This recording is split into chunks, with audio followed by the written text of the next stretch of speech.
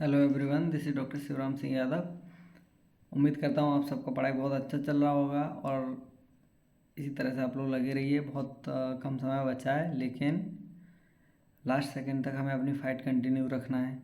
और इस कंपटीशन का सबसे अच्छा बात यही है कि यहाँ पर जो लास्ट समय तक लगा रहता है वही अंत में जाकर विनर होता है।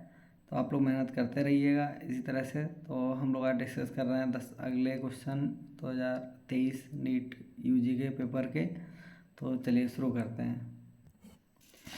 सिलेक्ट द करेक्ट ग्रुप और set of Australian marsupials exhibiting adaptive radiation. तो हम दो चीज़ समझेंगे यहाँ कि इनमें से पूछ रहा है कि कौन सा ग्रुप या सेट ऑस्ट्रेलियन मार्सुपियल्स का सही है जो अडेप्टिव रेडिएशन शो कर रहा है। मार्सुपियल क्या होता है? मार्सुपियल ऐसे जानवर होते हैं जिनमें जो बेबी पैदा होता है वो इमेच्योर होता है, तो उनके पास एक थैली जैसी संरचना पाई जाती है जैसे कंगारू में होती है, जिसमें वो अपने बच्चे को रखते हैं और वो बच्चा वहाँ पे मेच्योर होने के बाद उससे बाहर आता है। तो ऐसे एनिमल्स को मार्सुपियल्स बोलते हैं। तो ये पूछ रहा है इसमें कि कौन सा ग्रुप या सेट है जो एडेप्टिव रेडिएशन शो कर रहा है। अडेप्टिव रेडिएशन और कन्वर्जेंट इवोल्यूशन ये दो टर्म हैं, इनको हम अभी समझेंगे इस क्वेश्चन के बाद। तो चलिए इसका ऑप्शन देखते हैं। तो तस्मानियन वुल्फ, बॉबकैट, मार्सुपियल मोल।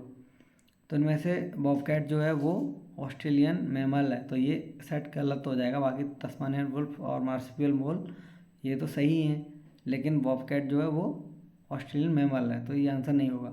नुम्बैट, स्पॉटेड कस्कस, फ्लाइंग फैलेंजर ये सारे के सारे मार्सुपियल्स हैं, तो इसलिए हमारा आंसर ये सही हो जाएगा। और यहाँ पर बात करें mole, flying squirrel, Tasmanian tiger cat, तो मोल जो होता है वो ऑस्ट्रेलियन मैमल है, तो ये भी गलत ऑप्शन हो गया। लेमूर, एंटीटर, वुल्फ भी एक मैमल है, तो इस तरह से ये भी ऑप्शन गलत हो जाएगा। तो इस क्वेश्चन में आपको दो चीज़ें, ये क्वेश्चन सही करने के लिए आपके पास दो रिक्वायरमेंट होनी चाहिए थी कि पहले तो आपको ये पता हो मार्सुपियल क्या होता है, दूसरा ये बताओ अडेप्टिव रेडिएशन क्या होता है और कन्वर्जेंट इवोल्यूशन क्या होता है।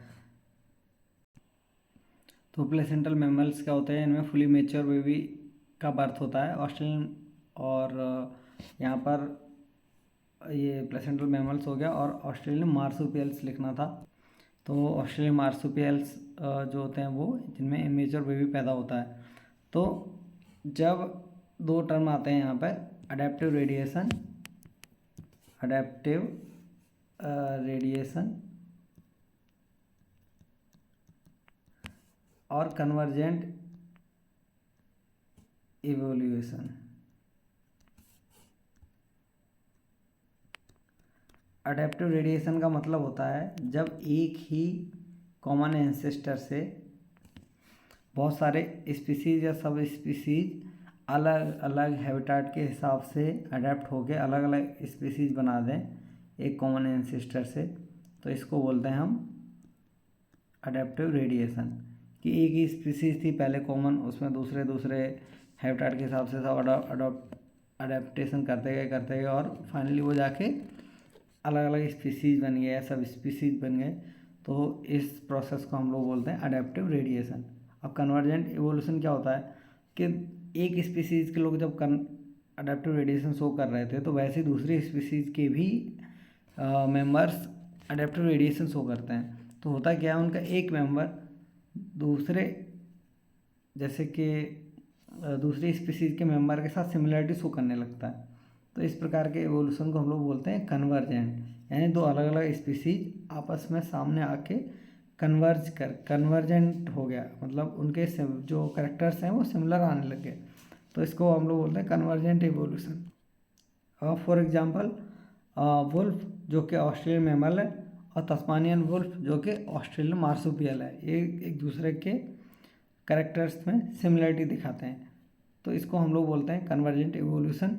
और एक ही बहुत जैसे डिफरेंट टाइप के मैमल्स या डिफरेंट टाइप के मार्सुपियल्स सेम स्पीसीज के अंदर अलग अलग हैबिटेट में जाके अलग अलग अलग अलग इन्वायरमेंट के हिसाब से अडेप्ट कर जा रहे हैं, तो इसको बोलते हैं अडेप्टिव रेडिएशन। तो इससे आप लोग याद रखेंगे, थोड़ा डिफ़िकल्ट है बट ज़रूरी था। अडेप्टिव रेडिएशन एक ही स्पीसीज़ के अलग अलग टाइप के सब स्पीसीज बन जाने को बोलते हैं। और कन्वर्जेंट एवोल्यूशन क्या होता है, अलग अलग इस जो कॉमन एंसेस्टर है उनके जो दो अलग स्पीसीज के मेंबर आपस में सिमिलरिटी दिखाने लग जाएं, इसको बोलते हैं कन्वर्जेंट एवोल्यूशन। जैसे कि ऑस्ट्रेलियन मैमल्स और ऑस्ट्रेलियन मार्सुपियल्स में अलग अलग हैबिटाट के हिसाब से सिमिलरिटी आती है, जैसे कि वुल्फ और तस्मानियन वुल्फ का एग्जाम्पल दिया मैंने। तो इस तरह से आप लोग याद कर सकते हैं। थोड़ा डिफिकल्ट टॉपिक है बट 2-3 बार रिवाइज करिए एनसीईआरटी से, अच्छा समझ आएगा। Which of the following statement are correct regarding female reproductive cycle? In non-primate mammals, cyclical changes during reproduction are called stress cycle. ये एक सही स्टेटमेंट है। First menstrual cycle begin at puberty and it's called menopause. menopause मतलब इसमें pause आ रहा है, pause का मतलब कहीं किसी भी चीज़ का बंद हो जाना, तो menopause ये गलत स्टेटमेंट हो जाएगा। ये जो menstrual cycle पहली बार शुरू होती है उसको मीनार्की बोलते हैं। और लैक ऑफ मेंस्ट्रुएशन में भी इंडिकेटिव ऑफ प्रेगनेंसी। अगर फीमेल रिप्रोडक्टिव एज ग्रुप में है, मैरिड है, हेल्दी है, तो अगर पीरियड नहीं आ रहा है तो इसको मान के चलना पड़ेगा कि प्रेगनेंसी है। चौथा ऑप्शन देखते हैं क्या है, cyclic menstruation extend between menarche and menopause, एकदम सही स्टेटमेंट है। तो इस तरह से हमारा आंसर हो जाएगा ए, सी और डी। तो इस तरह से फोर्थ ऑप्शन सही होगा।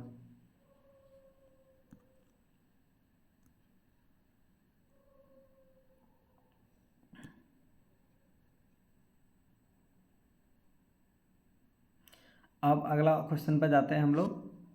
अगला क्वेश्चन ये है कि इनमें से वाइटल कैपेसिटी ऑफ लंग क्या होती है। तो वाइटल कैपेसिटी देखते हैं, inspiratory reserve volume, expiratory reserve volume, नहीं ये गलत आंसर है। Inspiratory reserve volume, expiratory reserve volume और टाइडल वॉल्यूम, रेजिडुअल वॉल्यूम, ये भी गलत है। थर्ड ऑप्शन ये भी गलत है, तो ये ऑप्शन हमारा हो जाएगा सही। इसके लिए मैंने एक अलग से वीडियो बनाया हुआ है, तो इसको अच्छे से आप लोग देख लेंगे। मैं एक बार और अच्छे से समझा देता हूँ। होता क्या है कि जब हम नॉर्मल सांस लेते हैं, मान लीजिए ये लंग का वॉल्यूम है इस एक्सिस पे, नॉर्मल किसी ने सांस लिया, वो 500 ml एयर लेगा, 500 ml निकाल देगा, तो इसको हम लोग बोलते हैं टाइडल वॉल्यूम। अब किसी ने बहुत ही फोर्स लगा के इंस्पायर कर लिया, ठीक है, तो इसको हम लोग बोलते हैं, ये जो एक्स्ट्रा वॉल्यूम लिया फोर्स लगा के, तो इसको बोलते हैं इंस्पिरेटरी रिजर्व वॉल्यूम।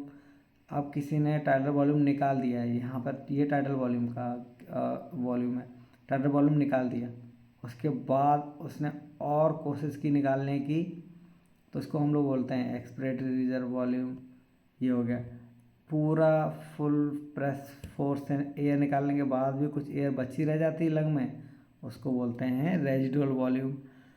तो इन सारे वॉल्यूम को मिला के जो भी डेराइव होते हैं वैल्यू, उनको हम अलग अलग कैपेसिटी बोलते हैं। जैसे कि ये हो गया, यहाँ तक टाइडल वॉल्यूम और इंस्पिरेटरी रिजर्व वॉल्यूम को लेने के लिए जो होती है वो होती है इंस्पिरेटरी कैपेसिटी। अब टाइडल वॉल्यूम और एक्सपिरेटरी रिजर्व वॉल्यूम को मिला लिया आपने, तो ये हो गई एक्सपिरेटरी कैपेसिटी। और एक्सपिरेटरी रिजर्व वॉल्यूम और रेजिडुअल वॉल्यूम को मिला लिया, ये हो गया फंक्शनल रेजिडुअल कैपेसिटी। अब expiratory reserve volume, tidal volume और इंस्पिरेटरी कैपेसिटी को मिला मतलब expiratory reserve volume, tidal volume और इंस्पिरेटरी रिजर्व वॉल्यूम को मिला लिया यहाँ से यहाँ तक, तो हम लोग इसको बोल देते हैं वाइटल कैपेसिटी। और पूरा का पूरा लंग का सारा वॉल्यूम भी मिला लिया यहाँ तक, तो ऊपर से नीचे तक, यानी कि inspiratory reserve volume, tidal volume, expiratory reserve volume और रेजिडुअल वॉल्यूम, ये हो जाती है total lung capacity. Maximum air which can be present at the time of forceful inspiration, at the end of forceful inspiration is called total lung capacity. और after forceful inspiration maximum air which can be drawn out, यानी कि ज़्यादा से ज़्यादा सांस, जो पूरी तरह से सांस लेने के बाद जो ज़्यादा से ज़्यादा एयर आप निकाल सकते हैं, उसको हम लोग बोलते हैं इंस्पिरेटरी रिजर्व वॉल्यूम, उसको हम लोग बोलते हैं वाइटल कैपेसिटी। उसमें आ जाता है हमारा inspiratory reserve volume, tidal volume और एक्सपिरेटरी रिजर्व वॉल्यूम। और या फिर वाइटल कैपेसिटी की एक दूसरी डेफिनेशन ये भी है कि मैक्सिमम एक्सपिरेशन करने के बाद कितनी एयर मैक्सिमम आप अंदर ले सकते हैं लंग्स में, उसको हम लोग बोलते हैं vital capacity. Match list 1 with list 2 बहुत ही आसान सवाल होता है, इसको मैं सबसे आसान क्वेश्चन मानता हूँ, लेकिन लोग इससे बहुत ज़्यादा डरते हैं। ई वेव क्या होता है सबको पता है, एट्रिया का डिपोलराइजेशन होता है। तो ए का होगा थर्ड ऑप्शन, नीचे चेक करो, आपको एक ही ऑप्शन में एक थर्ड दिखेगा, लेकिन कभी भी आपको ऐसा ऑप्शन नहीं टिक करना है, हमेशा चारों ऑप्शन देखने हैं। आपका एक्यूरेसी बढ़ाए रखने के लिए। क्यू वेव क्या होता है, चलिए ऑप्शन में देखते हैं हम। बिगिनिंग ऑफ सिस्टोल, एकदम सही बात है। रिपोलराइजेशन ऑफ वेंट्रिकल क्या होता है, क्यू आर एस कॉम्प्लेक्स होता है। सी का हाँ थोड़ा गलत बता दिया है, sorry, Q R S complex का मतलब होता है डिपोलराइजेशन ऑफ वेंट्रिकल्स, न कि रिपोलराइजेशन। रिपोलराइजेशन होता है टी वेव। तो इस तरह से हमारा आंसर हो जाएगा इसका फर्स्ट ऑप्शन, यानी कि पी वेव क्या होता है, डिपोलराइजेशन ऑफ पी वेव होता है डिपोलराइजेशन ऑफ एट्रिया, और क्यू वेव होता है beginning of systole. Q R S complex होता है डीपोलराइजेशन ऑफ वेंट्रिकल, न कि री होता है वो टी वेव होता है, डी का 2। तो इस तरह से ये पहला ऑप्शन हमारा सही हो जाएगा। Given below are the two statement, one is labelled as assertion and other is labelled as reason. तो पढ़ते हैं assertion. Amniocentesis for sex determination is one of the strategies of reproduction and child health care programme. When on amniocentesis checks increasing meanness of female feticide. In the light of the above statement, choose the correct answer. Both A and R are true. Both A and R are true and not a correct explanation. A is true, R is false. A is false and R is true. इसका answer fourth होगा, क्योंकि ये B statement है, जो reason है वो सही है, क्योंकि हमने सेंटेंस पर ब्लेम बैन लग गया था सेक्स डिटर्मिनेशन के लिए, जिसकी फीमेल फेटिसाइड रुक सके। लेकिन amniocentesis for child sex determination कोई स्ट्रेटजी नहीं है आरसीएच प्रोग्राम की। एनसीईआरटी की लाइन से क्वेश्चन है, एनसीईआरटी में क्लियर कट लाइन लिखी हुई है, आप लोग अच्छे से पढ़िए देखिए। वंस द अनडाइजेस्टेड और unabsorbed substance enter the caecum, there backflow flow is prevented by ileocaecal valve. जिन दो स्ट्रक्चर के बीच में हमें वॉल्व बताना हो तो पहले वाले के बाद दूसरे वाले का नाम लेते हैं और वाल्व जोड़ देते हैं, जैसे कि गैस्ट्रो ईसोफेजियल वॉल्व ईसोफेगस और गैस्ट्रिक के जंक्शन पर होता है, और पाइलोरोडुओडेनल वॉल्व होता है स्टमक के पाइलोरस पार्ट और ड्यूनम के फर्स्ट पार्ट के बीच में। तो इस तरह से ये हमारा इसका आंसर हो जाएगा ileocaecal valve. List 1 with list 2 से मैच करना है नेक्स्ट क्वेश्चन में। तो gene A Y I Z beta galactosidase transistor permease और रिप्रेसर प्रोटीन, तो करेक्ट आंसर हमें चूज करना है। तो जीन ए क्या करता है, जीन ए रेस्पॉन्सिबल होता है ट्रांस एसिटाइलेज के लिए। जीन बाई क्या करता है, जीन बाई परमेज के लिए, आई रिप्रेसर प्रोटीन के लिए, और जेड होता है बीटा गैलेक्टोसाइडेज के लिए। तो इसका एक ए का देखते हैं हम, 4 किस में दिया है, सॉरी ए का सेकंड, सॉरी ट्रांसएसिटाइलेज किस में दिया है, 2 ऑप्शन में दिया है, पहले दूसरे में। बी का थर्ड है, तो ये हमारा ऑप्शन हो गया सेकंड। बहुत ही आसान क्वेश्चन होता है मैचिंग वाला, लेकिन आपको सारे क्रॉस चेक करके मैच करने, कभी भी एक ऑप्शन पढ़ के आंसर मत लगाइएगा। तो चलिए अब हम इसको याद करने की ट्रिक याद करते हैं। ए मतलब acetylase, gene A transacetylase, A से एसिटाइलेज, ए से जीन ए। बाई क्या होता है, किसी भी सिटी के ट्रैफिक को पास करने के लिए, यानी पार करने के लिए एक बाईपास बनाया जाता है, बाईपास। तो बाईपास बनाने, बाइक का काम क्या होता है, बाईपास का काम होता है किसी भी बड़े वाहन को पार करवाना, यानी कि परमीएज। ये परमेज क्या करता है, एंजाइम सेल के अंदर ग्लूकोज या जो भी लैक्टोज है या फिर कोई और जो भी सब्सटेंस है, यहाँ पे बैक्टीरिया के केस में लैक्टोज को अंदर एंट्री दिलवाता है, यानी पास करवाता है। तो बाईपास से हम परमेज याद कर लेंगे।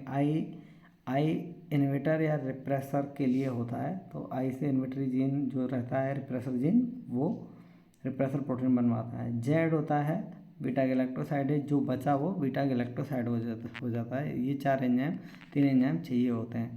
तो इस तरह से बहुत ही आसानी से हम इस ट्रिक के साथ इस क्वेश्चन को याद कर लेंगे। अगला क्वेश्चन आते हैं, लिस्ट 1 विद लिस्ट 2 से मैच करना है।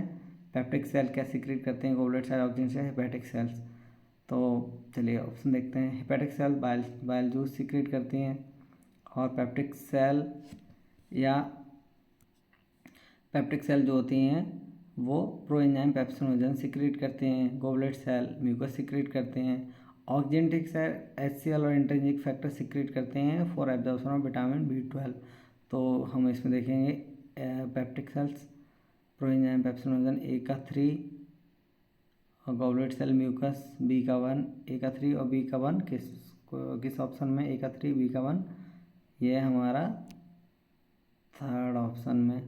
और C का 4 हेपेटिक ऑक्जेंटिक सेल्स HCl और इंट्रिंसिक फैक्टर सीक्रेट कर रही हैं और हेपेटिक सेल सीक्रेट कर रही हैं bile juice. Which of the following functions is carried out by cytoskeleton in a cell? Nuclear division, protein transportation, motility. तो इसका आंसर है मोटिलिटी, क्योंकि मोटिलिटी जो इसके अंदर साइटोस्केलेटन प्रोटीन होती हैं, जैसे अल्फ़ा एक्टिन और मायोसिन प्रोटीन, ये सब यूज होती हैं सेल की मोटिलिटी में। तो इसका आंसर हो जाएगा हमारा थर्ड। तो एसर्शन रीजन टाइप का क्वेश्चन है अगला भी। Nephron are of two type, cortical and juxtamedullary, based on their related position in cortex and medulla. ये एकदम सही स्टेटमेंट है। तो juxtamedullary nephron have short loop of Henle whereas cortical nephron have longer loop of Henle. ये एकदम गलत statement है। तो इस तरह से हमें पता चलेगा कि दो, एक सही है एक गलत है। तो देखते हैं हमारा क्या आंसर होगा। दोनों सही हैं, दोनों सही हैं, एक नहीं होगा। A is true but R is false. तो ये हमारा थर्ड ऑप्शन हो जाएगा। दो तरह के नेफ्रॉन होते हैं, एक कॉर्टिकल होते हैं, जक्सामेडुलरी होते हैं। कॉर्टिकल होते हैं वो शॉर्ट होते हैं, और जक्सामेडुलरी होते हैं वो लॉन्ग हेनले लूप होता है उनमें, और वो यूरिन को कंसनट्रेट करने में हेल्प करते हैं। तो इस तरह से ये हमारे थे 10 क्वेश्चन का एक्सप्लेनेशन। बहुत लंबा हो रहा है मुझे पता है, बट एक्सप्लेनेशन भी ज़रूरी है क्वेश्चंस के साथ। तो जो भी टिप्स और ट्रिक्स हैं आप लोग को उम्मीद करता हूँ कि इस्तेमाल करेंगे क्वेश्चन को सॉल्व करने के लिए। Thank you.